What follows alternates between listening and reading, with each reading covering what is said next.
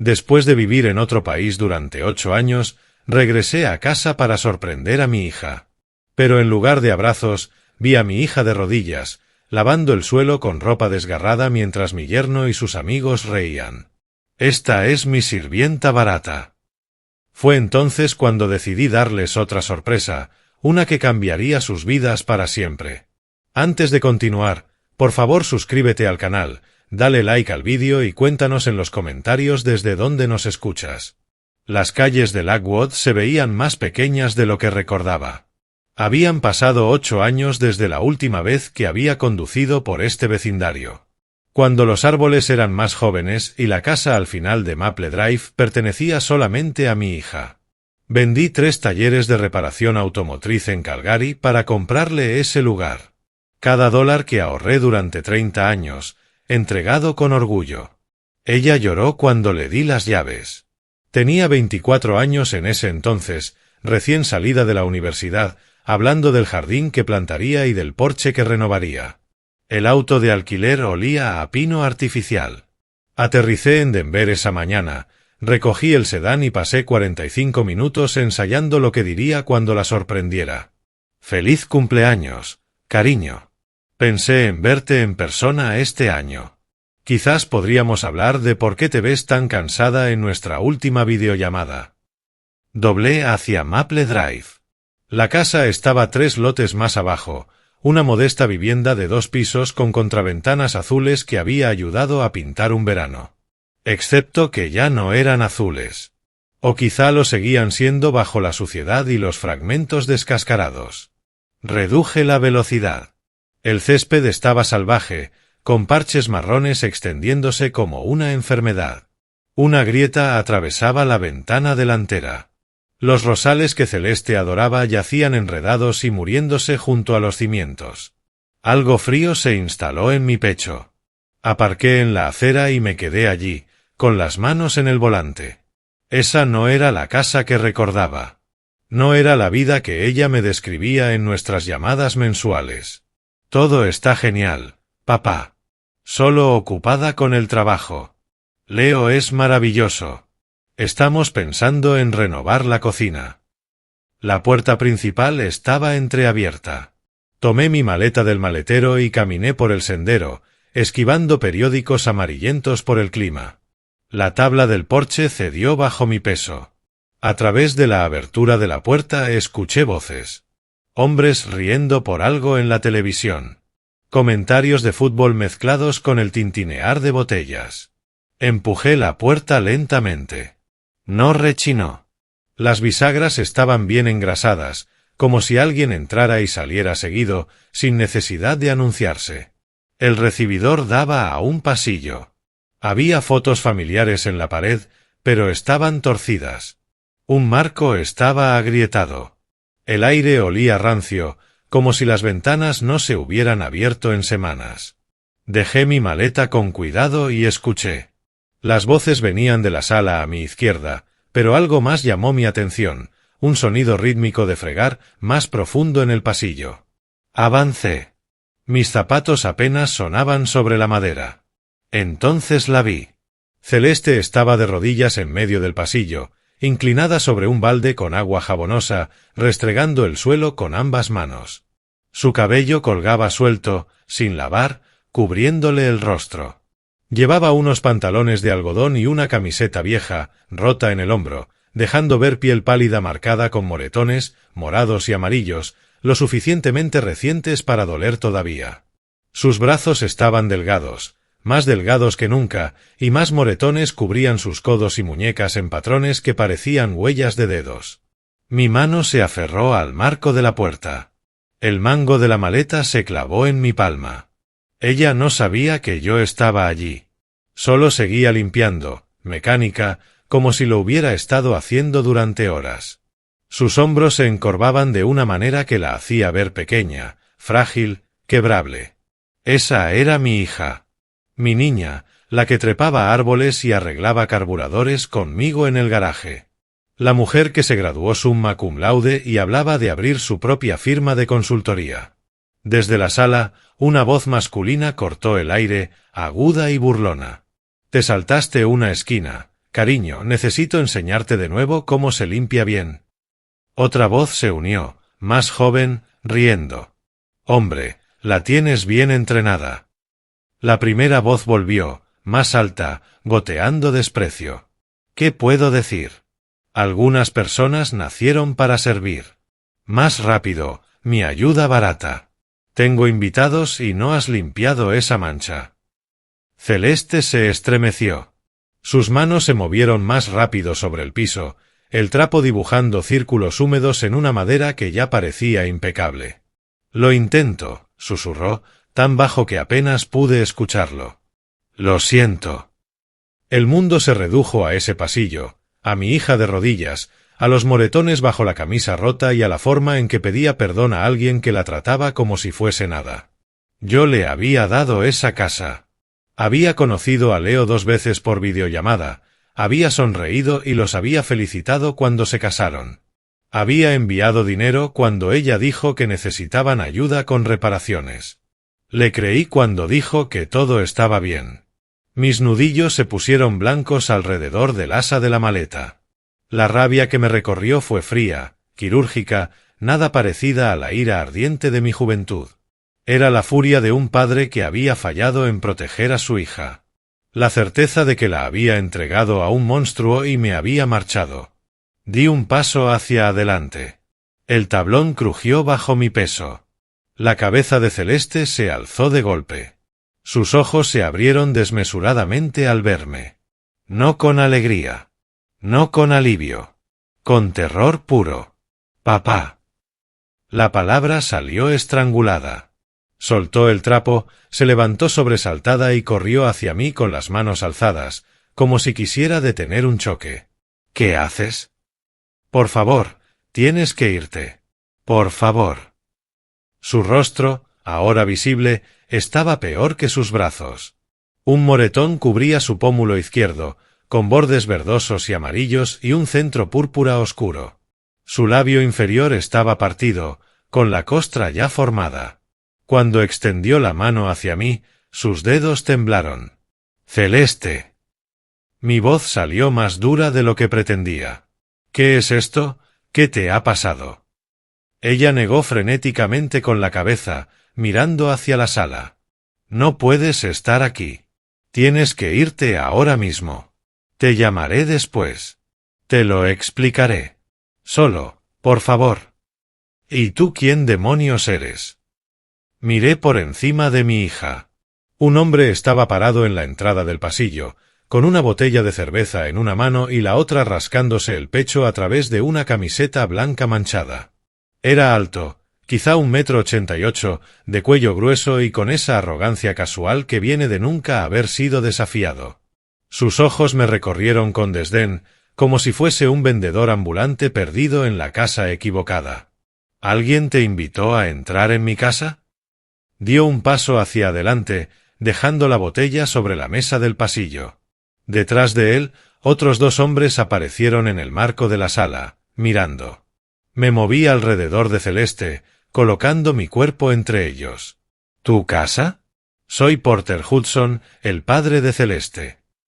Algo cambió en su expresión.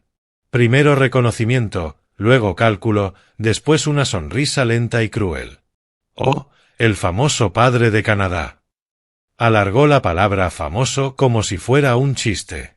Finalmente decidiste aparecer. Bueno, viejo, esta es mi casa ahora. Mi esposa, mis reglas. La forma en que dijo mi esposa me revolvió el estómago, como si ella fuera propiedad, como si la casa que yo había comprado con 3 décadas de trabajo se hubiera convertido en suya en el mismo instante en que le puso un anillo en el dedo. Tu esposa tiene moretones, dije, con la voz baja y controlada. ¿Quieres explicar eso? Él rió. En serio rió. Luego su expresión se endureció y dio otro paso hacia mí, lo suficientemente cerca para que pudiera oler la cerveza en su aliento. ¿Quieres explicar por qué entras a mi casa? Eso es allanamiento, viejo. Henry. Miró por encima del hombro a uno de sus amigos. Llama a la policía. Tenemos a un intruso. Papá, por favor. La voz de Celeste se quebró. Me agarró del brazo, tirando de mí hacia la puerta. Solo vete. Está bien. Todo está bien. Me giré hacia ella, y la desesperación en sus ojos me golpeó más fuerte que cualquier cosa que Leo hubiera dicho.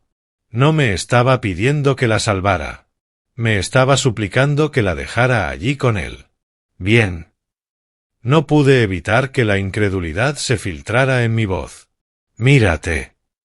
Leo se movió rápido para ser un hombre corpulento. Su mano se cerró alrededor de mi brazo y me empujó con fuerza hacia la puerta principal. Yo tenía 64 años y él estaba en sus 30, y la fuerza del empujón me hizo tambalearme hacia atrás. Me sostuve contra el marco de la puerta. Ella dijo que te fueras, gruñó Leo, su rostro ahora a pocos centímetros del mío. Esta es mi casa, viejo. Los papeles tienen mi nombre. Si no quieres problemas de verdad, sal ahora. Pude haber golpeado. Una parte de mí quería hacerlo. Pero eran 3 contra 1, y ya había estado en suficientes peleas para saber cuándo las probabilidades eran malas. Más que eso, necesitaba entender con qué estaba lidiando. Necesitaba pensar. Miré más allá de Leo hacia Celeste. Ella estaba en el pasillo, con los brazos rodeando su cuerpo, mirando al suelo. No quería levantar la vista para encontrar la mía. Ya veremos de quién es esta casa, dije en voz baja. Leo me empujó hacia afuera. Logré mantenerme en pie en el porche. Escuché cómo él azotaba la puerta detrás de mí. Luego el clic de la cerradura. Me quedé allí un momento, con mi equipaje todavía dentro de la casa y mi hija atrapada ahí con él. Después caminé hacia el auto de alquiler y me subí. Mis manos temblaban al encender el motor. No de miedo, sino de una rabia tan pura que hacía que los bordes de mi visión se nublaran. Me alejé lentamente del borde de la acera, mirando la casa por el retrovisor. Leo apareció en la ventana frontal, con los brazos cruzados, observándome irme como si hubiera ganado algo. Los papeles tienen mi nombre. Esa frase resonó en mi cabeza mientras conducía hasta el final de la calle y giraba en la esquina. Me detuve, apagué el motor y me quedé allí, aferrado al volante hasta que los nudillos me dolieron. Yo había comprado esa casa. Cada clavo, cada teja, cada centímetro de esa propiedad había salido de mi dinero, de mi trabajo, de mis sacrificios. Y de algún modo, en 2 años de matrimonio, él había logrado que su nombre apareciera en la escritura. Había convertido mi regalo para mi hija en un arma para controlarla. Los moretones no eran accidentes. La forma en que ella se encogió cuando él alzó la voz. La forma en que me suplicó que me fuera en vez de pedirme ayuda. Esto llevaba ocurriendo un tiempo. El suficiente para que ella hubiera dejado de luchar. El suficiente para que creyera que lo merecía, o que nadie podía salvarla, o que intentar escapar solo empeoraría las cosas. Mi teléfono estaba en mi bolsillo. Podía llamar a la policía, denunciar violencia doméstica. Pero Celeste me había mirado con esos ojos aterrados y me había dicho que todo estaba bien. Lo defendería. Lo sabía. Y él se aseguraría de que nunca pudiera acercarme a ella otra vez. Necesitaba pruebas. Necesitaba ventaja. Necesitaba entender exactamente contra qué me enfrentaba antes de actuar. Arranqué de nuevo y conduje. Sin destino. Solo movimiento para no dejar que la rabia me consumiera por completo. La luz de la tarde proyectaba sombras largas sobre las calles. En algún lugar de esa casa, mi hija probablemente estaba siendo castigada por mi visita. En algún lugar ahí dentro, Leo le estaba recordando quién mandaba. No iba a regresar a Canadá. No todavía. No hasta recuperar todo lo que él había robado. Conduje hacia el centro de Denver mientras el sol descendía detrás de las montañas, tiñendo el cielo de tonos cobre y ceniza. El Hampton Inn estaba en una esquina concurrida, el tipo de lugar donde se hospedan las personas que viajan por trabajo con presupuesto limitado. Hice el registro, tomé la tarjeta de habitación de un recepcionista que apenas me miró y subí en el ascensor hasta el 4º piso. La habitación 412 era genérica. Paredes beige, alfombra industrial, una cama tamaño queen con un edredón Burdeos que había visto a miles de huéspedes. Dejé mi maleta en el portaequipaje y me senté en el borde del colchón, observando la pintura abstracta de montañas atornillada a la pared. Mi teléfono vibró. Un mensaje de un número desconocido. Papá, soy yo. No vuelvas. Por favor, no empeores esto. Lo leí 3 veces antes de dejar el teléfono boca abajo sobre la mesita de noche. Había sacado mi número del historial de nuestras videollamadas. Me estaba buscando solo para alejarme. Abrí mi computadora portátil y escribí en la barra de búsqueda, abogado de leyes de propiedad Denver. La pantalla se llenó de nombres, firmas, retratos profesionales de personas en trajes caros prometiendo resultados. Hice clic en varios, leyendo reseñas, revisando credenciales, hasta que encontré a Venice Cole and Associates. 15 años de experiencia en litigios de propiedad, es fiscal. Las reseñas mencionaban palabras como implacable y minuciosa. Envié un correo a las 8:30 de la noche. Necesito una consulta urgente sobre fraude de propiedad y violación de escritura de donación. Pagaré tarifas estándar. Por favor, responda lo antes posible. Mientras esperaba, saqué una libreta pequeña que había comprado en una gasolinera durante el camino. Escribí todo lo que podía recordar sobre la transacción original de hacía 10 años, la escritura de donación, la cita de cierre en la compañía de títulos, la cláusula que la agente mencionó de pasada, algo sobre uso residencial únicamente y ocupación familiar. Busqué en mis archivos de correo escribiendo escritura de la casa de Celeste en la barra de búsqueda. 3 pantallas de resultados. Desplacé hasta encontrarlo, un archivo PDF de marzo de 2015. Asunto, el nuevo hogar de su hija. ¡Felicidades! Lo descargué y lo imprimí en el centro de negocios del hotel al final del pasillo, la máquina zumbando y clicando en la habitación vacía a las 9 de la noche. Cuando las páginas salieron a la bandeja, las leí bajo la luz fluorescente. Allí estaba, a mitad de la página 2. La propiedad deberá utilizarse únicamente como residencia familiar primaria. El uso comercial, el alquiler o el uso como garantía empresarial quedan prohibidos sin consentimiento del otorgante. Había olvidado esa cláusula. La agente de títulos la había añadido como protección, un procedimiento estándar en escrituras de donación para evitar complicaciones fiscales. En ese momento me pareció un simple formalismo. Ahora era una ventaja. Mi teléfono sonó. Un correo de la oficina de Venice Cole. La señora Cole puede recibirlo mañana a las 9 de la mañana. Por favor, traiga toda la documentación pertinente. A la mañana siguiente, tomé el ascensor hasta el piso 23 de una torre de cristal a 3 cuadras de mi hotel. La oficina de Venice Cole tenía ventanales del suelo al techo con vista a la ciudad, sillones de cuero y un escritorio de caoba que probablemente costaba más que mi primer auto. Ella rondaba los 40 años, cabello oscuro recogido y llevaba un traje color carbón que parecía hecho a la medida especialmente para ella. Señor Hudson. Me estrechó la mano con un apretón firme, de esos que anuncian que alguien habla en serio. Cuénteme con qué estamos lidiando. Deslicé la escritura sobre su escritorio. Se colocó las gafas de lectura y la revisó, su expresión pasando de un interés neutral a algo más agudo.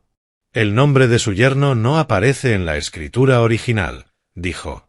¿Lo agregaron después, hace 2 años, tras casarse? ¿Usted consintió eso? No lo supe hasta ayer. Ella dejó el documento sobre la mesa y entrelazó las manos.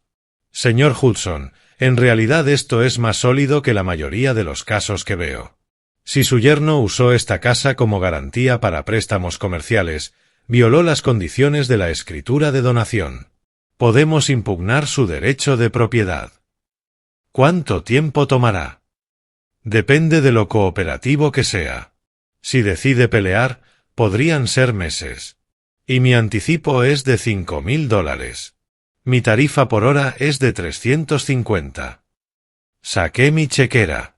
Le escribo el cheque ahora. ¿Cómo empezamos? Primero necesitamos pruebas de que está usando la casa de forma comercial. Préstamos empresariales, registro de compañía, cualquier documento donde aparezca esa dirección vinculada a su empresa de construcción. Pasé las siguientes 2 semanas volviéndome invisible. Conduje hasta la oficina del registro del condado y solicité los archivos de la propiedad de la dirección de Lakewood. La empleada, una mujer cansada de unos 50 años, abrió el expediente y me permitió fotografiar las páginas relevantes con mi teléfono. Encontré embargos, transferencias, enmiendas y allí, fechado hace 18 meses, un embargo registrado por Rocky Mountain Equipment Finance, $75,000. Deudor, Leo Spencer, Spencer Construcción, SLLC. Garantía, propiedad residencial en la dirección de Lakewood. Fotografié obras en construcción donde camiones con el logo de Spencer Construcción descansaban sobre el barro. Conduje frente a la casa de Lakewood a distintas horas, sin detenerme, solo observando. Una tarde, vi una camioneta de la empresa en la entrada y, a través del teleobjetivo que había comprado en una casa de empeño por $40, capturé documentos empresariales esparcidos sobre el tablero. El membrete mostraba la dirección de la casa de Lakewood. Llamé a Venice desde una cafetería en Lakewood, observando la casa desde 2 cuadras de distancia. Lo encontré, dije. Los registros del condado muestran un embargo sobre la propiedad, $75,000 con Rocky Mountain Equipment Finance. La solicitud del préstamo la pone como garantía para Spencer Construcción. Pude escuchar satisfacción en su voz. Eso era lo que necesitábamos. Redactaré una carta de requerimiento formal. 3 días después, estaba otra vez en su oficina. Ella deslizó un sobre por el escritorio pulido. Esto va por correo certificado hoy, dijo. Lo tendrá mañana. Ahora esperamos. Lo tomé. Su peso se sentía correcto. Sólido. El primer movimiento. Venice me llamó 3 días después mientras yo servía café en la habitación del hotel, las noticias matutinas en silencio al fondo. Ayer por la tarde firmó la recepción de la carta, dijo sin preámbulos. Ahora el reloj corre. 30 días para que cumpla o presentamos la moción en la corte. Dejé la cafetera con cuidado. ¿Qué probabilidades hay de que realmente retire el embargo? Bajas. Tendría que refinanciar o pagar el préstamo por completo. Con lo que descubrimos sobre las deudas de su empresa, ambas opciones son poco probables. Después de colgar, me senté en el pequeño escritorio e imaginé a Leo abriendo ese sobre, viendo el membrete del bufete, leyendo el requerimiento. Esperaba que le arruinara el desayuno. En la casa de Lakewood, fue peor que eso. No presencié esta parte, pero la reconstruí después por lo que Celeste me contó, por registros públicos y por el patrón de lo que vino después. Leo había abierto el correo certificado en la sala, con Henry sentado en el sofá a su lado, ambos bebiendo cerveza aunque apenas eran las 10 de la mañana. Leo lo leyó una vez, se rió y lo lanzó sobre la mesa de centro. «Tu padre es patético», le dijo a Celeste, que lavaba los platos en la cocina. «Cree que puede amenazarme. Esta es mi casa. He invertido trabajo aquí. Él te abandonó durante 8 años y ahora quiere hacerse el héroe». Celeste había secado sus manos con una toalla, su voz baja. «Tal vez deberías hablar con un abogado». «Ya tengo un abogado». Leo agitó la carta con desdén. «Esto no es nada. Solo un viejo teniendo una rabieta». Pero 2 horas después, Leo estaba sentado en la oficina de Tom Brewster, un cuarto estrecho sobre una tienda de sándwiches en Aurora. Nada parecido a la torre de oficinas de Venice en el centro. Tom tenía poco más de 50, con el cabello peinado hacia un lado para cubrir la calva y corbatas manchadas de café. El tipo de abogado que maneja contratos pequeños y multas de tráfico. Tom leyó la carta 2 veces, su expresión amargándose. «Leo, esto no es nada», dijo. «Si la escritura original tenía condiciones y las violaste, podrían tener un caso. ¿Cuándo pusiste la casa como garantía?» «Hace 2 años. Necesitaba equipo. La casa está a nombre de los 2.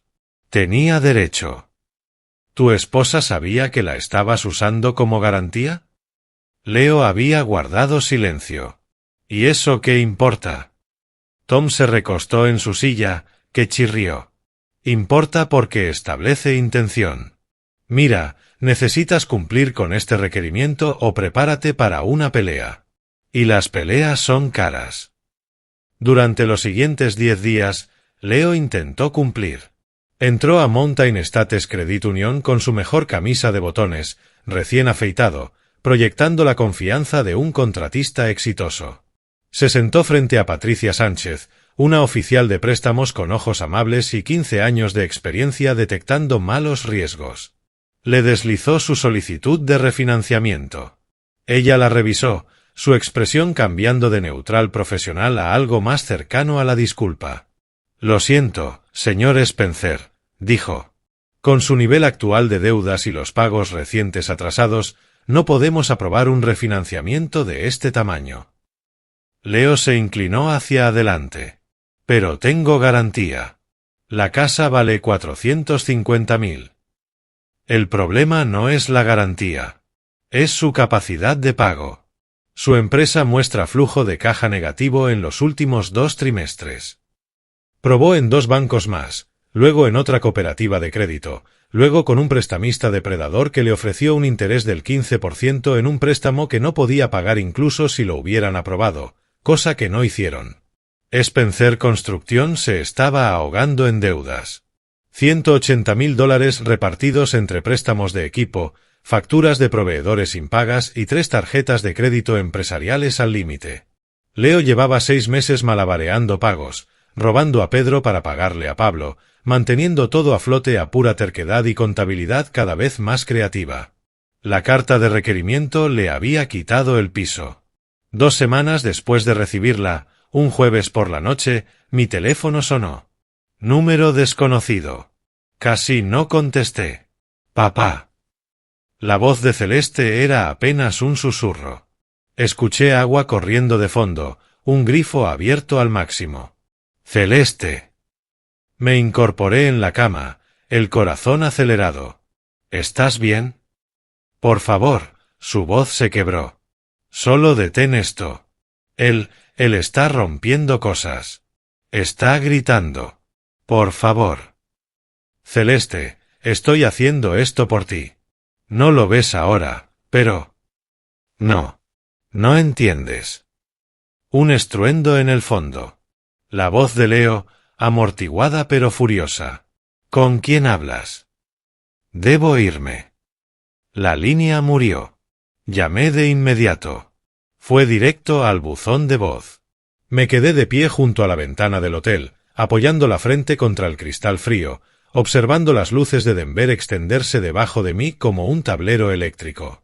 En algún lugar, allá afuera, en esa casa que yo había comprado con cada $1 que había ahorrado, mi hija estaba aterrada por mi culpa, por lo que yo estaba haciendo. Pero si me detenía ahora, quedaría atrapada para siempre. Abrí el contacto de Venice. Era pasada la medianoche, pero aún así envié un mensaje. «Seguimos adelante. Presentamos la moción en cuanto se cumplan los 30 días. Sin retrasos». La respuesta llegó en segundos. «Entendido». Dejé el teléfono sobre el alféizar y miré hacia la ciudad. Mi reflejo me miraba desde el vidrio oscuro, un hombre de 64 años que alguna vez creyó que comprarle una casa a su hija la mantendría a salvo. Al otro lado de la ciudad, en esa casa que había pagado con 30 años de trabajo, mi hija tenía miedo. Pero pronto ya no tendría que tenerlo. Pronto, Leo Spencer aprendería lo que significaba quitarle algo a alguien que sabía perfectamente cómo recuperarlo. El teléfono de Venice vibró mientras revisábamos la moción para revertir la escritura. Ella miró la pantalla y su expresión cambió. No alarma, exactamente, sino la atención tensa de quien reconoce un problema. «¿Qué ocurre?», pregunté. Ella giró el teléfono hacia mí. «Tu yerno acaba de solicitar una orden de restricción». Leí la notificación 2 veces.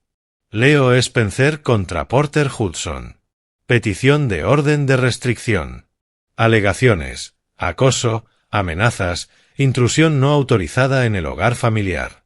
Está intentando dejarte fuera, dijo Benís, dejando el teléfono. Movimiento inteligente, en realidad. Si obtiene esta orden, no podrás acercarte a la casa mientras litigamos la escritura. ¿Puede ganarla? Depende de qué evidencia presente. ¿Lo amenazaste de algún modo durante el enfrentamiento? Pensé en ese momento en la puerta. Le dije que veríamos de quién era la casa. Solo eso. Es lo suficientemente vago. Lo pelearemos.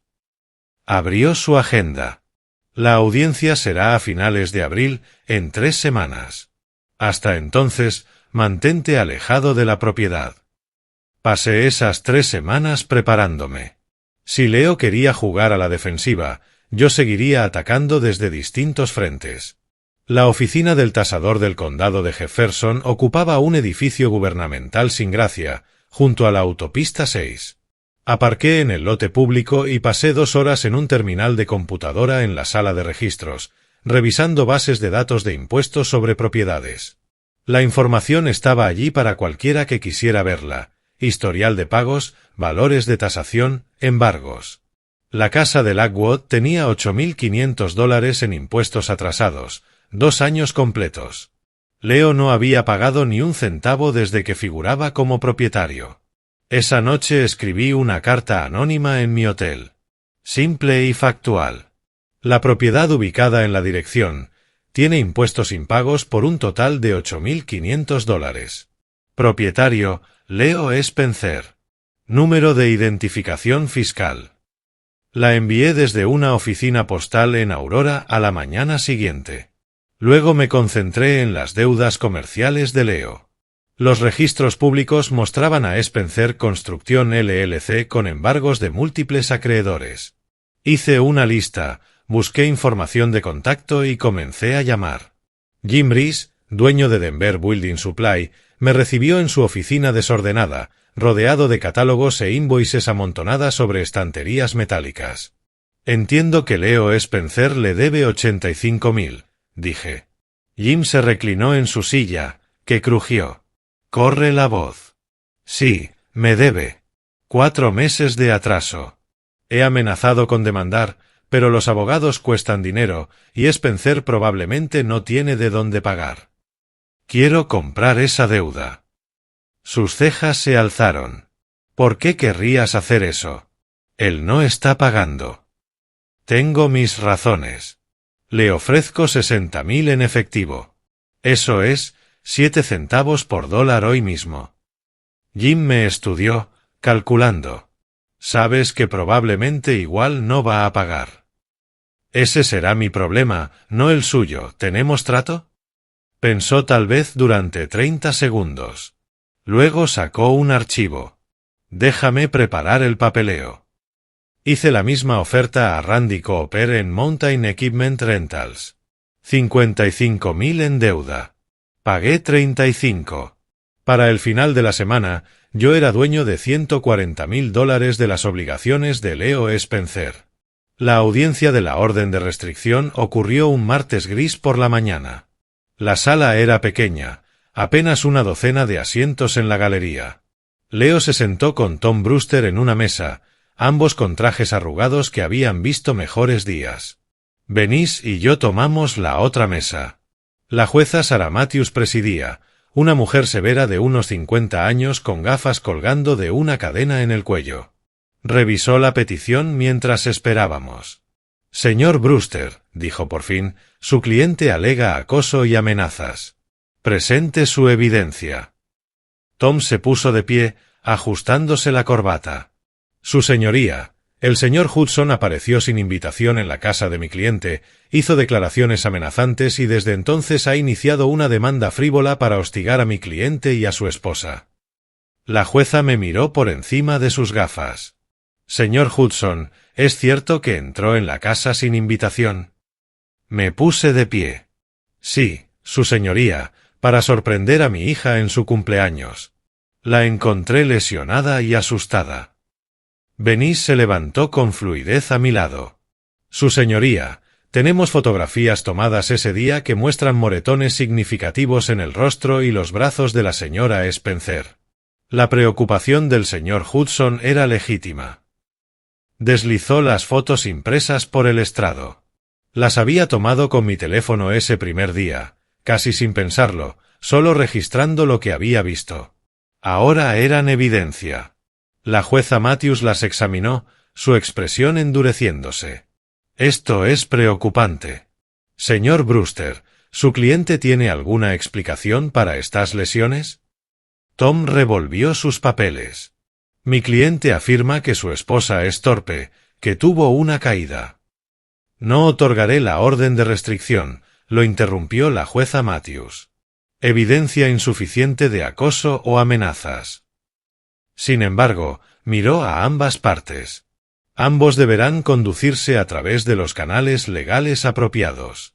Nada de contacto directo. Toda comunicación será a través de los abogados. ¿Entendido? Asentimos. El rostro de Leo había palidecido. Bajamos los escalones del tribunal hacia la luz de abril. Benny se detuvo al final, colocándose las gafas de sol. ¿Y ahora qué?, preguntó. Saqué los documentos de asignación de deuda de mi maletín. Ahora soy su acreedor. Y es hora de cobrar. Su sonrisa fue rápida y afilada. Redactaré la carta de cobro. Asentí, guardando los documentos. Al otro lado de la ciudad, Leo no tenía idea de lo que se avecinaba, pero pronto lo sabría. Benny me llamó una semana después, con satisfacción en la voz. La carta de cobro fue entregada esta mañana, correo certificado, firmada en su oficina. Yo estaba sentado en el escritorio de mi habitación del hotel, con el café enfriándose junto a mi computadora. ¿Cuánto tardará en responder? Si es listo, de inmediato. Si está desesperado, intentará negociar. De cualquier forma, le dimos 30 días. Él no tiene 140.000. Lo sé, dijo Benny. Ese es el punto. Llamó de nuevo 2 días después. Se comunicó. Quiere negociar un plan de pagos. ¿Y qué le dijiste? Que no. Pago completo en 30 días o iniciamos un proceso de bancarrota involuntaria contra Spencer Construction. Escuché algo al fondo de su llamada. Papeles moviéndose, una puerta cerrándose. ¿Cómo sonaba? Desesperado. Durante las semanas siguientes, seguí observando. No de cerca. La advertencia de la jueza había sido clara. Pero tenía otras formas de obtener información. Registros públicos, bases de datos comerciales y contactos de Benny en la industria de la construcción que escuchaban cosas. El negocio de Leo se estaba derrumbando más rápido de lo que yo había anticipado. 2 clientes importantes, Mountain View Homes y Denver West Development, habían cancelado sus contratos. En la industria se decía que Spencer Construction se había retrasado en los plazos, que había problemas de calidad en los proyectos, demasiados atajos tomados.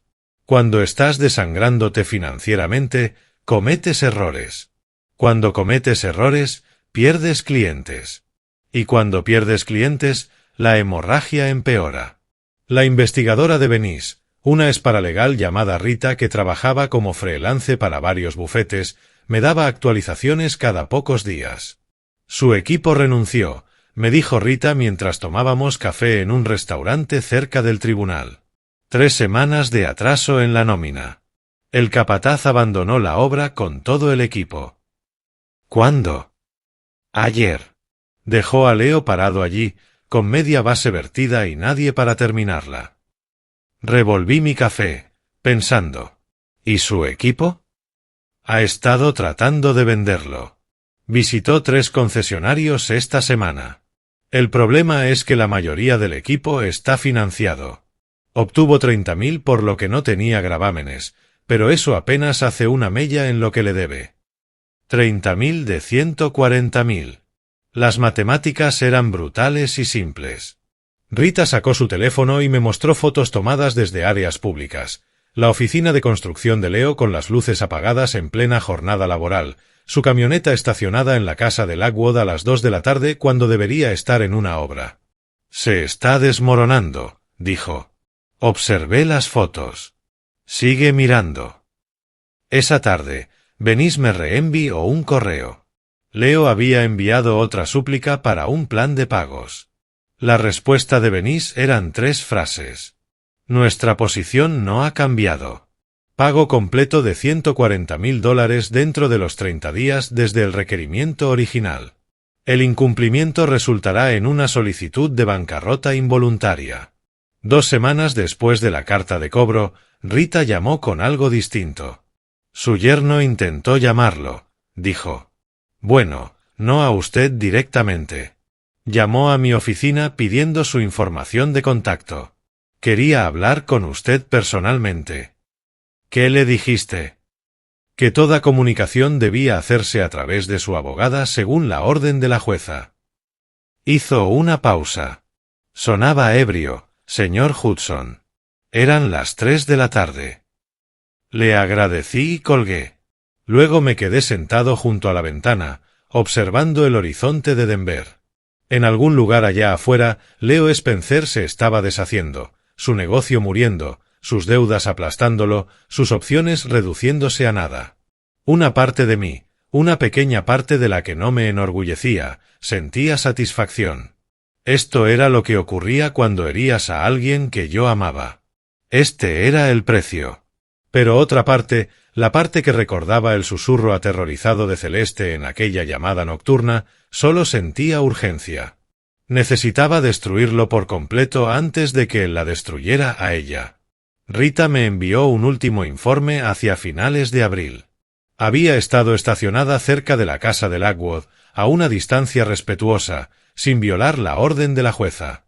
Fotografió a Leo y a Henry saliendo juntos alrededor de las 10 de la noche, tambaleándose ligeramente. Habían ido a un bar a 3 calles de distancia, un antro llamado The Dusty Boat. Él estuvo allí hasta el cierre. Rita informó que a las 2 de la madrugada. Henry lo llevó a casa. Leo apenas podía caminar. A la mañana siguiente, Rita volvió y habló con el camarero, le compró una cerveza y le hizo preguntas casuales.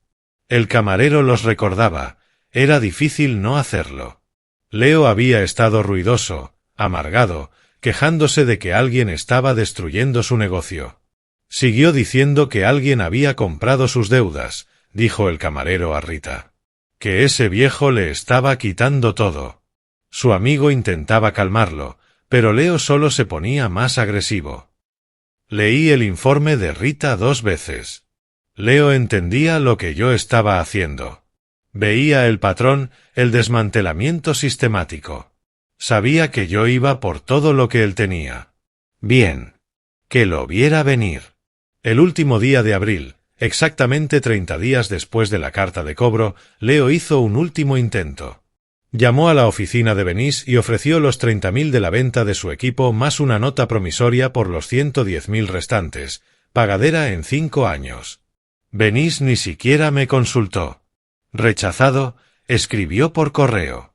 Mañana procedemos con la bancarrota involuntaria. Caminé hacia la ventana de mi habitación, mirando hacia las montañas a lo lejos. Las cumbres aún tenían nieve, blanca contra el cielo azul. Leo Spencer tenía una noche antes de que su mundo terminara de derrumbarse. Y en algún lugar de esa casa que yo había comprado para mi hija, Celeste esperaba. Esperaba que esta pesadilla terminara. Esperaba ser libre. Un movimiento más y lo sería. Venís revisaba documentos cuando llegué a su oficina un martes por la mañana a finales de mayo. La ciudad se extendía detrás de ella a través de los ventanales, brillante e indiferente. Incumplió, dijo sin mirar hacia arriba. Los 30 días expiraron ayer. Sin pago, sin contacto, nada. Me senté frente a ella. ¿Qué sigue? Ella deslizó un papel por el escritorio. Esto llegó esta mañana. El tasador del condado de Jefferson colocó un embargo sobre la propiedad de Lockwood. 8.500 en impuestos impagos. Tomé el documento y lo revisé. El condado se había movido rápido después de mi carta anónima semanas atrás. ¿Cuánto tiempo tiene? 90 días para pagar o la propiedad va a subasta fiscal. Aunque con la disputa de la escritura en curso, esto complica las cosas. Dejé el documento sobre la mesa, pensando. O la simplifica. Hazle una oferta. Yo pagaré la deuda fiscal y perdonaré 40.000 de lo que me debe. A cambio, él desocupa la casa y firma un quit-claim deed. Benís me miró por encima de sus gafas. Eso es generoso. De hecho, más de lo que merece. No es generosidad. Es para que mi hija salga de esa casa. Asintió lentamente. Lo redactaré hoy. La oferta salió esa misma tarde. Tom Brewster llamó a Leo 1 hora después de recibirla. Yo no estaba en la llamada, pero Benís me lo contó más tarde, como Leo había caminado de un lado a otro por su pequeña oficina, como su voz subía mientras Tom le leía los términos. ¿Qué? ¿Quiere que me vaya? ¿Que firme mis derechos sobre la casa? Tom intentó mantener un tono razonable. A cambio de pagar el embargo fiscal y perdonar 40.000 en deuda. Leo, es mucho dinero. Deberías considerarlo. Es chantaje. Está reteniendo la casa. Legalmente es una oferta de conciliación. Y francamente, no tienes muchas opciones. La respuesta de Leo fue inmediata y definitiva. Dile que no. Dile a ese viejo que no pienso ir a ningún lado. Esta es mi casa. Benís me transmitió la noticia esa noche. Me quedé mirando por la ventana del hotel, sin mirar realmente nada. La perderá igual, dije. Lo sé. Pero aún no lo entiende. Hice otra llamada al día siguiente, no a Benís esta vez. Contacté al Departamento de Construcción y Seguridad de Denver, hablé con alguien de cumplimiento de normativas y pregunté sobre cómo reportar posibles infracciones. El empleado fue amable y profesional. Todos los reportes podían hacerse de forma anónima. Los inspectores investigarían cualquier denuncia creíble. Había estado guardando los informes de vigilancia de Rita. Ella había documentado los proyectos recientes de Leo, obras apresuradas, trabajo mal hecho, atajos desesperados de un hombre tratando de salvar un negocio moribundo. Compilé direcciones, detalles de proyectos y los envié a la ciudad. 3 días después, Luis Rodríguez, del Departamento de Construcción y Seguridad, se presentó en una de las obras de Leo en Aurora. Leo estaba allí, intentando coordinar a los pocos trabajadores que le quedaban. Rodríguez llevaba un casco de seguridad y sostenía una carpeta, con la cámara del departamento colgada del cuello. Señor Spencer. Rodríguez caminó alrededor de la base, fotografió el panel eléctrico y revisó los permisos en su tableta. Estas zapatas no cumplen con el código. ¿Dónde está la aprobación de inspección para el vertido de la cimentación? Leo se apresuró a dar respuestas. El inspector la aprobó. Tengo los papeles en algún lugar. No veo ningún registro de eso. ¿Y este panel eléctrico? ¿Quién hizo este trabajo? Tampoco cumple el código. Mire, puedo arreglar lo que haga falta. Voy a emitir una orden de suspensión de obra. Tendrá que contratar a un electricista autorizado, hacer que inspeccionen nuevamente las zapatas y posiblemente rehacerlas, y volver a solicitar los permisos. También hay una multa de $15.000 por trabajo sin permiso. Rodríguez visitó 2 obras más la semana siguiente. Cada vez encontró violaciones, cada vez colocó etiquetas rojas de Stop Work en portones y puertas. Cada vez añadió multas a las crecientes deudas de Leo. Rita me envió fotos. Leo sentado en su camioneta frente a un proyecto detenido, mirando fijamente hacia adelante. Leo al teléfono, probablemente escuchando a clientes furiosos. Leo recuperando un papel arrugado de un basurero, la oferta de conciliación que había rechazado. Luego Henry me llamó. En realidad, llamó directamente a mi teléfono, lo cual me sorprendió lo suficiente como para contestar. No me conoce, dijo. Pero soy amigo de Leo, y creo que debería parar. ¿Parar qué? Lo que sea que esté haciendo. Él se está desmoronando. Sabe que está detrás de todo. Las deudas, los impuestos, las inspecciones. Habla de usted constantemente. Y tiene razón, dije. Estoy detrás de todo. Henry se quedó callado un momento. Mire, no sé qué pasó entre ustedes dos, pero él lastimó a mi hija durante 2 años. Eso pasó. Otra pausa. No sabía que era tan grave. Ahora lo sabe. Colgué. Benís llamó esa tarde mientras yo comía comida para llevar en el escritorio del hotel. Rechazó la oferta, dijo, oficialmente, por escrito. Y presentó una bancarrota del capítulo 7 esta tarde. Está intentando proteger la casa como su residencia principal. Dejé el tenedor. La comida perdió todo sabor. ¿Puede hacerlo? No si probamos fraude en la forma en que consiguió que lo añadieran a la escritura. Necesitaré que Celeste testifique. Cerré los ojos. Esa era la pieza que había estado evitando. La única parte que no podía controlar ni planear. Celeste tendría que ponerse en pie, en público, frente a Leo, y decir la verdad sobre lo que él le había hecho. Hazlo, dije. La línea quedó en silencio unos segundos. Porter, ¿sabes lo que le estás pidiendo? Lo sé. Mi voz salió más áspera de lo que pretendía. Pero es la única manera. A finales de junio me mudé del hotel a un pequeño apartamento de un dormitorio en Capitol Hill. Nada lujoso, amueblado por el inquilino anterior, un sofá gastado y una mesa con 3 sillas. Pero tenía una ventana que dejaba entrar la luz de la mañana y era más barato que el hotel. Estaba conservando recursos ahora. Esta lucha ya me había costado más que dinero. La audiencia se fijó para el 15 de julio. Benís me llamó 2 semanas antes para decirme que Celeste había aceptado testificar. ¿Cómo sonaba?, pregunté. Asustada, pero lista. Benís hizo una pausa. Porter, si se derrumba en el estrado. No lo hará. No puedes saber eso. Es mi hija. Respiré hondo. Lo sé. La mañana de la audiencia, desperté antes del amanecer. Preparé café que no bebí. Me cambié de camisa 2 veces. Llegué al tribunal 40 minutos antes y me senté en un banco del pasillo observando pasar a la gente. Abogados con maletines, familias con rostros preocupados, un hombre con traje naranja escoltado por guardias. Entonces vi a Celeste.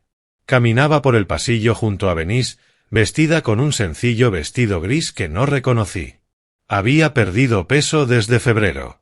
Tenía sombras bajo los ojos, el rostro más delgado, pero caminaba erguida. Sus hombros hacia atrás. Y cuando me vio, sostuvo mi mirada sin vacilar. Me levanté. Quise abrazarla, protegerla como cuando era niña. Pero aún era frágil, estábamos en público y no sabía si ella lo permitiría. No tienes que hacer esto, le dije cuando llegó junto a mí. Podemos encontrar otro camino. Su voz fue suave, pero firme. No hay otro camino. Y estoy cansada, papá. Muy cansada. Dentro de la sala, nos sentamos en una mesa. Leo y Tom Brewster en la otra. Leo no quiso mirar a Celeste, o no pudo. Tenía la mandíbula tensa y las manos apoyadas planas sobre la mesa, como si tratara de contenerse. La jueza Karen Henderson presidía, una mujer de unos 50 años, cabello gris acero y mirada severa. Revisó la solicitud de bancarrota y luego miró a Benís. Abogada, usted está impugnando la inclusión de la propiedad de Lockwood en el patrimonio sujeto a bancarrota. Sí, su señoría. Sostenemos que el demandado obtuvo la copropiedad mediante coerción y fraude. Proceda. Celeste tomó el estrado. Sus manos estaban entrelazadas sobre el regazo, los dedos tensos. No miró a Leo. Solo a la jueza, luego a Benís. Señora Spencer, dijo la jueza Henderson. ¿Puede explicar al tribunal cómo su esposo llegó a figurar como copropietario de la propiedad? La voz de Celeste era apenas un susurro, pero clara. 3 semanas después de casarnos, Leo dijo que teníamos que actualizar los documentos. Dijo que las parejas casadas comparten todo. Yo no sabía que podía decir que no. ¿La presionó? Dijo que si no confiaba en él lo suficiente como para compartir la casa, quizá no confiaba en él lo suficiente como para estar casados. Estaba enfadado cuando lo dijo. Yo tenía miedo. Benís se puso de pie. Su señoría, deseo presentar registros médicos de los últimos 2 años, 6 visitas documentadas a urgencias, múltiples lesiones que la señora Spencer atribuyó a caídas o accidentes. Extendió los registros sobre el estrado. Yo los había visto antes. Benís me había mostrado copias, pero verlos allí, en manos de la jueza, cada página se sentía como un peso nuevo levantándose de mi pecho. Evidencia. Prueba. La verdad, por fin visible. Tom Brewster lo intentó. Señora Spencer, ¿no es cierto que usted firmó voluntariamente la modificación de la escritura? Celeste lo miró por primera vez. La firmé. No sé si voluntariamente es la palabra correcta. La jueza Henderson seguía revisando los registros médicos, su expresión endureciéndose con cada página. Estas lesiones son consistentes con violencia doméstica. ¿Desea el demandado responder a esto? Su señoría, mi cliente sostiene que fueron accidentes. Leo explotó. Se puso de pie tan rápido que la silla se deslizó hacia atrás con un golpe. Está mintiendo. Lo está inventando con su padre. Lo planearon. La voz de la jueza cortó como una hoja. Señor Spencer, siéntese. Un estallido más y será retirado de esta sala. Pero Leo ya no escuchaba. Señaló a Celeste, el rostro rojo. Me dijiste que me amabas. Dijiste. El alguacil avanzó. Tom le tomó el brazo, intentando hacerlo sentarse. Leo lo sacudió, pero finalmente se desplomó en la silla, respirando con fuerza, los ojos desorbitados. La jueza Henderson esperó hasta que la sala quedó en silencio. Luego habló, su voz medida y definitiva. He escuchado suficiente. La casa en la dirección de Lockwood fue un obsequio para Celeste Hudson antes de este matrimonio. La inclusión del señor Spencer como copropietario parece haber sido producto de coerción. La propiedad queda excluida de la protección por bancarrota y se retira del inventario de bienes del señor Spencer. No había terminado. Además, emito una orden temporal. El señor Spencer deberá desocupar la propiedad dentro de 48 horas, a la espera de la determinación final de la titularidad. Señora Spencer, también le otorgo una orden de restricción temporal. El señor Spencer no podrá contactarla ni acercarse a menos de 500 pies de usted. Nos reuniremos nuevamente en 30 días para la decisión final. Salimos del tribunal juntos, Celeste y yo. Caminamos en silencio hasta llegar a mi automóvil. Cuando le abrí la puerta del lado del pasajero, finalmente habló. Debí haberlo hecho hace 2 años. Solo que no veía una salida hasta que regresaste. La llevé a mi apartamento. No era gran cosa. Un dormitorio, muebles básicos, nada parecido a la casa que ella había soñado convertir en su hogar. Pero era seguro. Y ahora mismo, seguro era todo lo que importaba. Esa noche, Celeste se quedó de pie junto a la ventana, mirando las luces de Denver encenderse en el crepúsculo. ¿Qué pasa ahora?, preguntó. Saqué mi teléfono. Un correo de Benís, recibido hacía 10 minutos. Asunto, audiencia final programada, 15 de agosto. Ahora lo terminamos, dije. Ella se giró hacia mí. Por primera vez desde que la encontré de rodillas limpiando aquel piso, casi sonrió. Está bien, dijo. Terminémoslo. La sala del tribunal estaba más tranquila para la audiencia final. Menos gente en la galería, menos tensión en el aire. O quizá yo estaba más sereno ahora, sabiendo cómo terminaría todo. Celeste se sentó a mi lado, las manos entrelazadas sobre su regazo. Había recuperado algo de peso en el último mes. No mucho, pero lo suficiente para que su rostro no se viera tan hundido. Llevaba un sencillo vestido azul marino y el cabello recogido. Profesional, compuesta, nada que ver con la mujer que encontré arrodillada limpiando aquel pasillo. La jueza Henderson entró. Todos nos pusimos de pie y luego nos sentamos. Abrió una carpeta y ajustó sus gafas de lectura. He preparado una decisión por escrito, dijo, su voz llenando la sala. Después de revisar todo el testimonio y la evidencia, este tribunal determina que el señor Leo Spencer fue añadido a la escritura de la propiedad mediante coerción y manipulación hacia la señora Celeste Spencer. La escritura de donación original del señor Porter Hudson a su hija sigue siendo válida.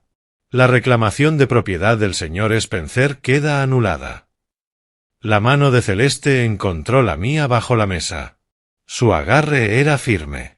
La propiedad ubicada en la dirección de Lockwood queda restaurada a la titularidad exclusiva de Celeste Hudson Spencer. Además, el señor Spencer violó la orden de restricción temporal al intentar contactarla mediante un tercero. Este tribunal considera que su conducta demuestra un patrón de control y desprecio por los límites legales. Al otro lado de la sala, Leo estaba desplomado en su silla. Su abogado asignado por la corte, Tom Brewster, lo había abandonado cuando se quedó sin dinero.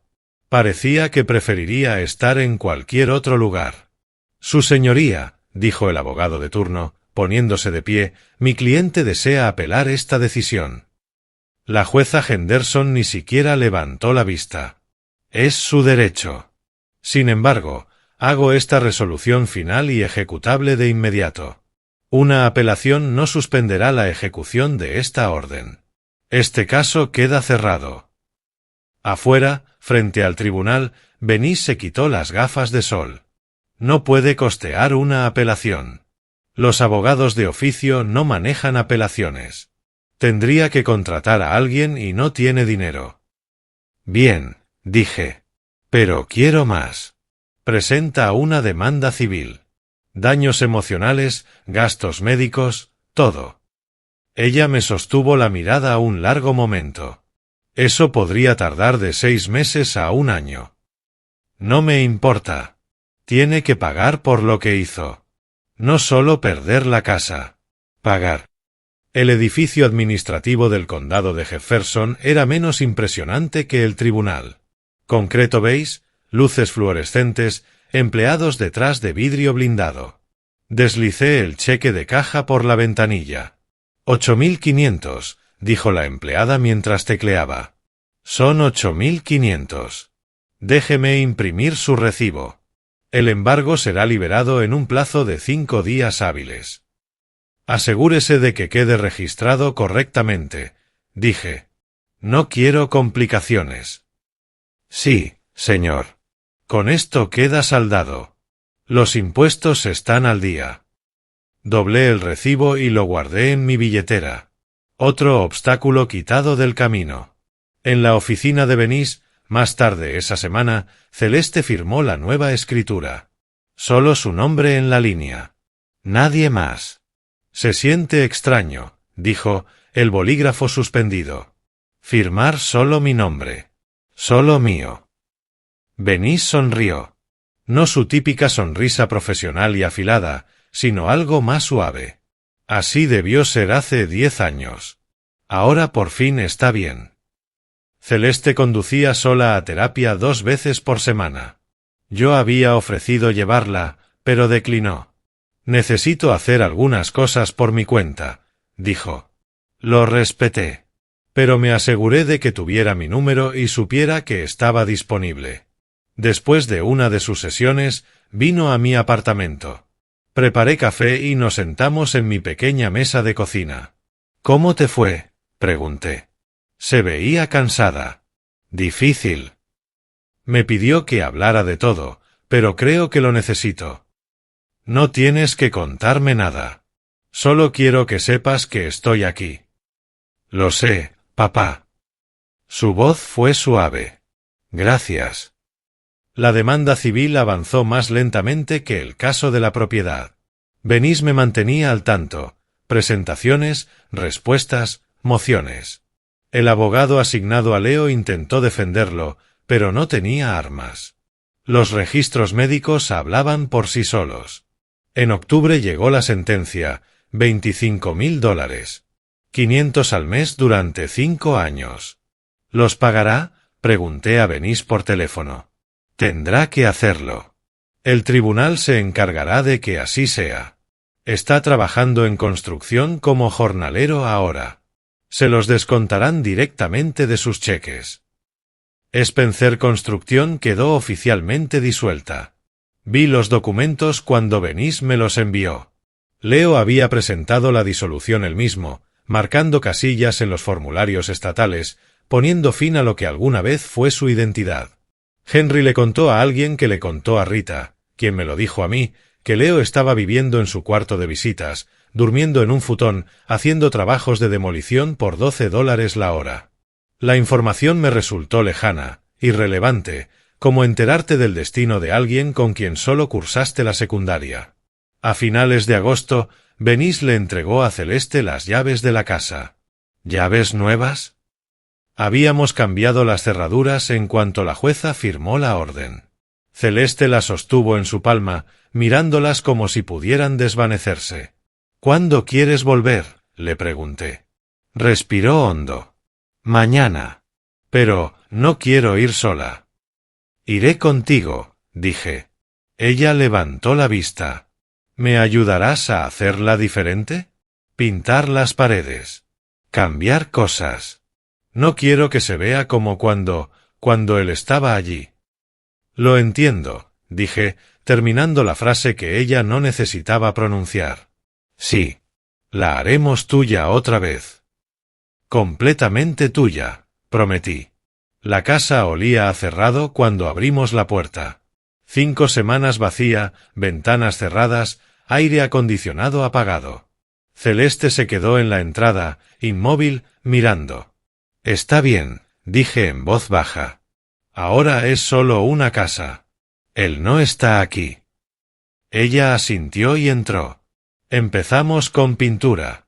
Celeste eligió los colores: crema cálido para la sala, azul suave para el dormitorio, amarillo pálido para la cocina. Cintamos las molduras, extendimos lonas en el suelo, abrimos las ventanas para que el aire circulara. ¿La crema o el azul claro?, preguntó Celeste, sosteniendo las muestras contra la pared de la sala.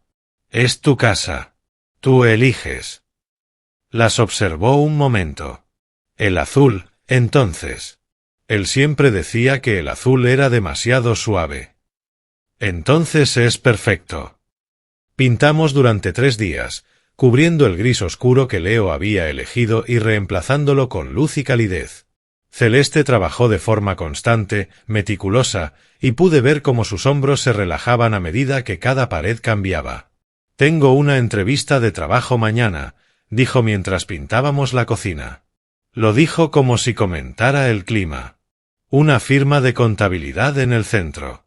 Una amiga de Benís me recomendó. Eso es genial. Tú estudiaste contabilidad, ¿no? Hace 10 años. Movió el rodillo en trazos uniformes. Leo decía que no necesitaba trabajar, que él se encargaría de todo. Una pausa. Debí haberlo sabido entonces. Lo sabes ahora. Eso es lo que importa. Luego salió el mueble. Saqué el viejo sofá a la acera. Elección de Leo, manchado, hundido. Cuando regresé, Celeste estaba sentada en el suelo donde había estado el sofá, mirando el espacio vacío. ¿Estás bien?, pregunté. Sí. Se puso de pie, sacudiéndose los jeans. Solo, me sorprende lo grande que se ve la sala sin él. Compramos muebles nuevos juntos. Nada costoso, solo limpio y sencillo. Un sofá color crema, una mesa pequeña para el comedor, un armazón de cama para el dormitorio de Celeste que ella misma eligió, pasando la mano por la madera antes de asentir. Dijo. La entrevista fue un jueves. La llevé al edificio del centro, esperé en el vestíbulo con mi teléfono mientras ella subía al piso 14. 40 minutos después, salió con una sonrisa cautelosa. Me ofrecieron el puesto. Eso es maravilloso. Empiezo en 2 semanas. Tendré que repasar algunas cosas, aprender su software, pero, me miró. Papá, voy a tener un trabajo. Vas a tener una vida, dije. Yo también tomé decisiones durante esas semanas. Llamé a mi antiguo empleador en Calgary. Les dije que no regresaría. Aprecio la oportunidad, pero necesito quedarme en Colorado. Razones familiares. Encontré un pequeño apartamento a 3 millas de la casa de Celeste. Un dormitorio, cocina sencilla, pero el alquiler era razonable y el dueño no hizo demasiadas preguntas. Firmé el contrato un martes por la tarde, entregué el primer mes de renta y tomé las llaves. Cuando se lo conté a Celeste, la vi preocupada. Papá, no tienes que dejar tu trabajo por mí. No lo estoy dejando. Estoy eligiendo algo más importante. Y puedo trabajar como consultor desde aquí. De hecho, ya recibí 2 llamadas de talleres en Denver. ¿Estás seguro? Estoy seguro. Me fui una vez. No lo volveré a hacer. Venice llamó a mediados de agosto con una noticia que le conté a Celeste casi sin darle importancia. Leo se fue del estado. Su último pago llegó desde una dirección en Arizona. Celeste estaba acomodando libros en sus estantes recién pintados. Ni siquiera se giró. Está bien, dijo. Eso fue todo. Solo está bien. Él se había vuelto irrelevante. Una tarde a finales de agosto, nos sentamos en el porche delantero en las sillas nuevas que habíamos comprado juntos, de madera sencilla pintada de blanco. Preparé café y llevé 2 tazas. El vecindario estaba tranquilo. Unos niños andaban en bicicleta por la calle. Alguien cortaba el césped 3 casas más allá. Sonidos ordinarios. Gracias, dijo Celeste, por no rendirte conmigo. Te prometí protegerte el día que naciste, incluso si eso significaba enfrentarme a alguien que tú amabas. No creo haberlo amado. Habló en voz baja, mirando su taza. No de verdad. Creo que solo tenía miedo, y no sabía cómo irme. Te fuiste. Eso es lo que cuenta. ¿Por qué volviste? Debí volver antes. Ella negó con la cabeza. Volviste cuando te necesitaba. Eso basta. Nos quedamos en silencio un rato, viendo cómo caía la luz. El cielo se volvió naranja, luego rosado, luego púrpura oscuro. ¿Qué vas a hacer ahora?, le pregunté. Trabajar, vivir, averiguar quién soy cuando no tengo miedo. Me miró. Quizá eso sea suficiente por ahora. Es más que suficiente. Las farolas se encendieron una a lo largo de la calle. Automáticas, confiables, como cada tarde. Va a estar bien, ¿verdad?, dijo Celeste, sin formularlo del todo como pregunta. Sí, le dije. Ya lo está. La luz del porche se encendió sobre nosotros. Un sensor de movimiento que había instalado esa misma tarde. Celeste lo miró. Me gusta, dijo. Que se encienda solo. Así nunca tengo que volver a casa y encontrarla a oscuras. Cosas simples, seguridad, momentos ordinarios. Eso era por lo que había luchado. Y eso era lo que habíamos ganado. Al otro lado de la frontera estatal, Leo Spencer comenzaba de cero en algún pequeño pueblo de Arizona, enviando $500 al mes para pagar la vida que había destruido. No pensaba en él. Celeste tampoco. Él le quitó 2 años de su vida, y nosotros le quitamos todo a él. Las matemáticas no eran iguales, pero eran justas. Y a veces eso es lo mejor que puedes esperar. Terminamos nuestro café mientras salían las estrellas. Febrero llegó de nuevo, trayendo el aniversario del día en que conduje por Maple Drive y encontré a mi hija de rodillas. 1 año desde que todo comenzó, 6 meses desde que todo terminó. Aparqué frente a la casa de Celeste un sábado por la mañana. La misma casa, pero completamente distinta. El césped estaba verde y bien cuidado. Nuevos rosales bordeaban la base de la casa. Celeste los había plantado en octubre, eligiendo variedades que florecían en distintas estaciones. Las contraventanas azules habían sido repintadas, brillantes y limpias contra el revestimiento blanco. La grieta en la ventana delantera había desaparecido, sustituida por vidrio nuevo que atrapaba la luz de la mañana. Celeste abrió la puerta antes de que tocara. Llevaba jeans y una sudadera de Colorado State, el cabello recogido en una coleta. Se veía saludable. No solo físicamente, aunque había recuperado peso y tenía color en el rostro, sino algo más profundo. Se veía como ella misma. Puntual, dijo, haciéndose a un lado para dejarme entrar. La transformación interior era aún más sorprendente. Todas las habitaciones habían sido tocadas, cambiadas, renovadas. Las paredes que habíamos pintado juntos ahora tenían fotos enmarcadas, paisajes, arte abstracto, una fotografía en blanco y negro de las montañas rocosas.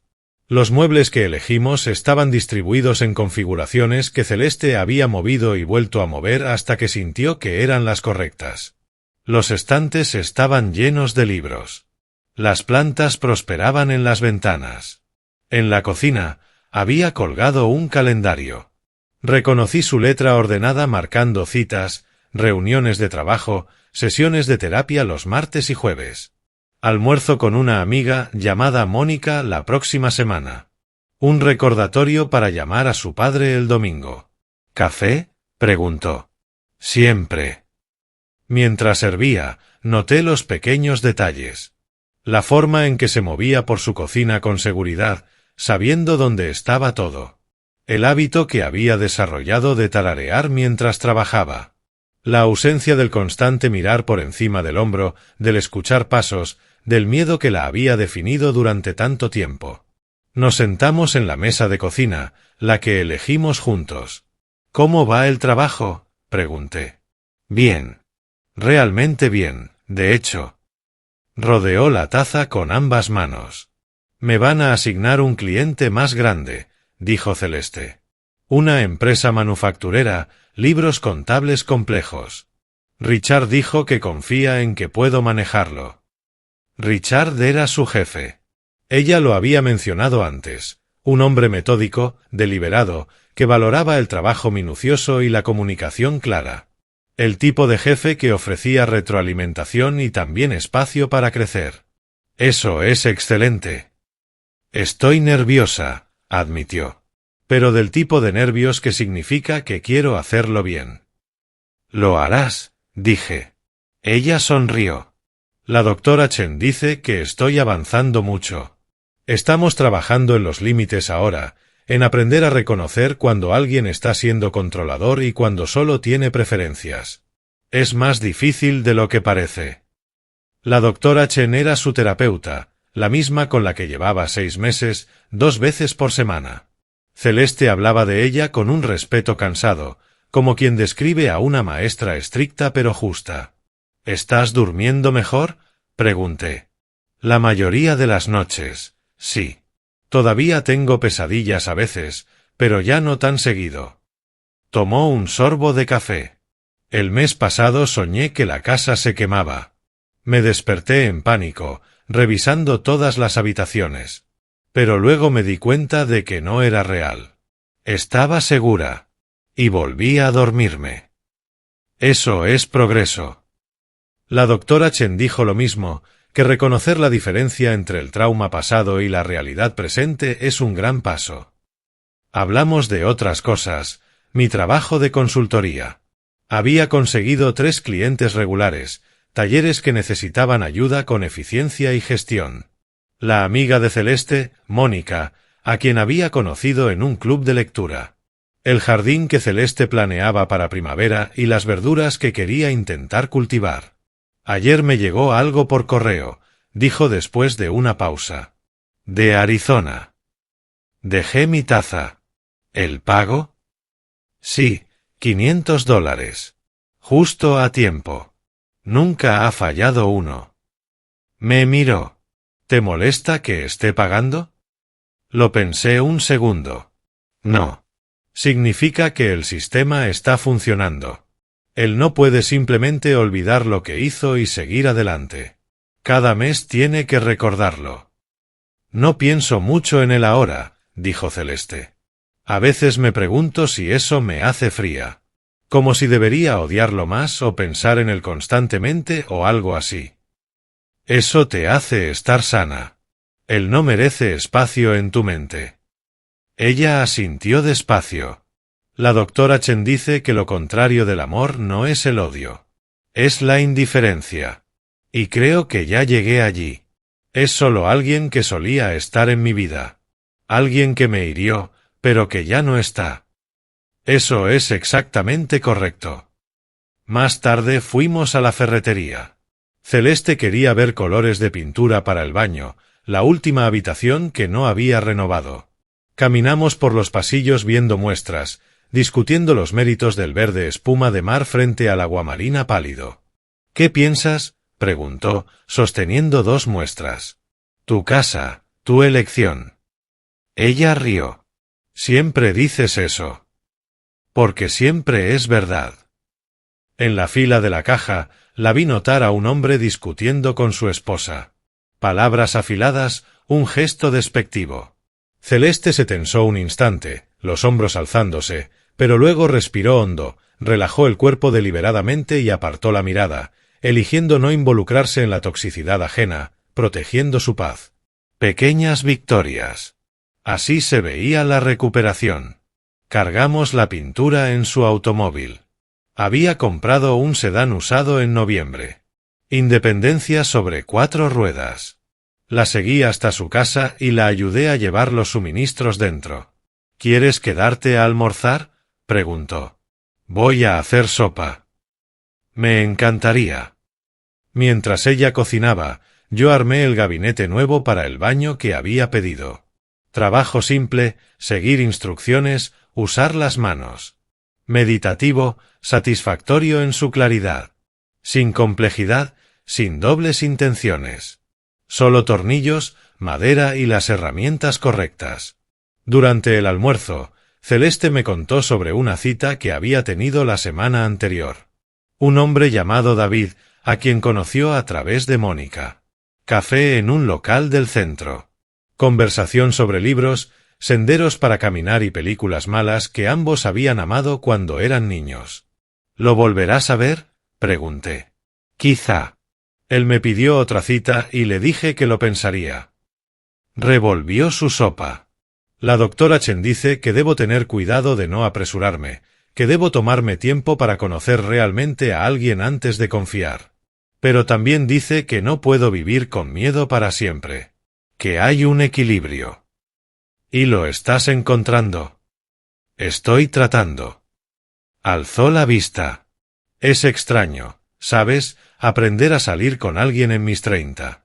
Siento que estoy haciendo todo al revés. Lo estás haciendo en el momento correcto. En tu momento.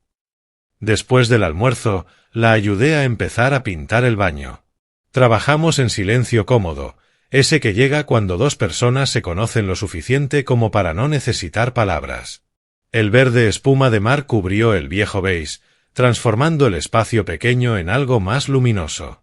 Cuando me fui esa tarde, Celeste me acompañó hasta la puerta. La luz del porche ya estaba encendida, el sensor funcionando a la perfección. ¿La misma hora la próxima semana?, preguntó. La misma hora.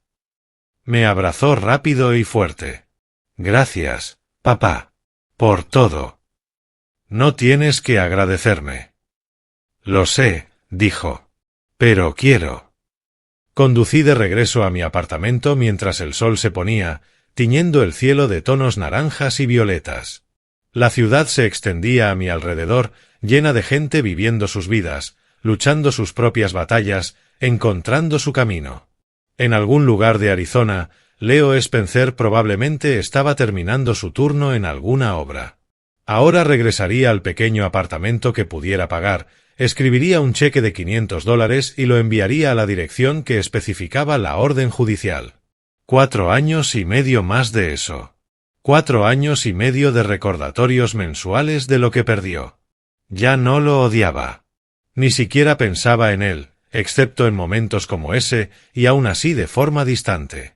Era un problema que había resuelto, una amenaza que había neutralizado. La energía emocional que gasté destruyéndolo ahora estaba redirigida a construir algo mejor. Celeste tenía su casa de vuelta, su vida de vuelta, a sí misma de vuelta. Ese había sido el objetivo de todo. No venganza por venganza, sino justicia que dejara espacio para sanar. No destruir por destruir, sino despejar terreno para que algo nuevo pudiera crecer. En mi apartamento, preparé la cena, revisé el correo, leí un rato antes de dormir. Una noche ordinaria. Insignificante en apariencia, pero en realidad representaba aquello por lo que había luchado. El derecho de que mi hija tuviera noches ordinarias también. Seguras, simples, tranquilas en el mejor sentido posible. Mi teléfono vibró. Un mensaje de Celeste. El baño está terminado. Quedó increíble. Gracias por tu ayuda hoy. Respondí. Cuando quieras. Estoy orgulloso de ti. Contestó enseguida. Orgullosa de los dos. Dejé el teléfono y miré por la ventana hacia el horizonte de Denver.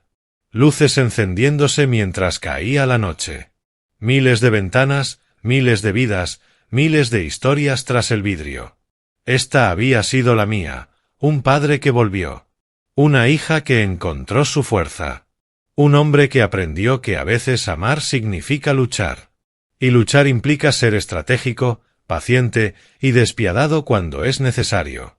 Pasé 8 años en Calgary construyendo el negocio de otro, mientras mi hija sufría en la casa que yo había comprado para protegerla.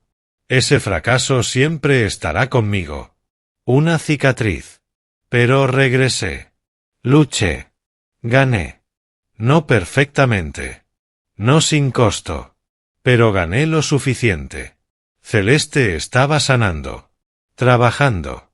Aprendiendo a confiar en sí misma otra vez, a tomar decisiones, a construir la vida que ella quería, no la que otro le impuso. Eso era justicia.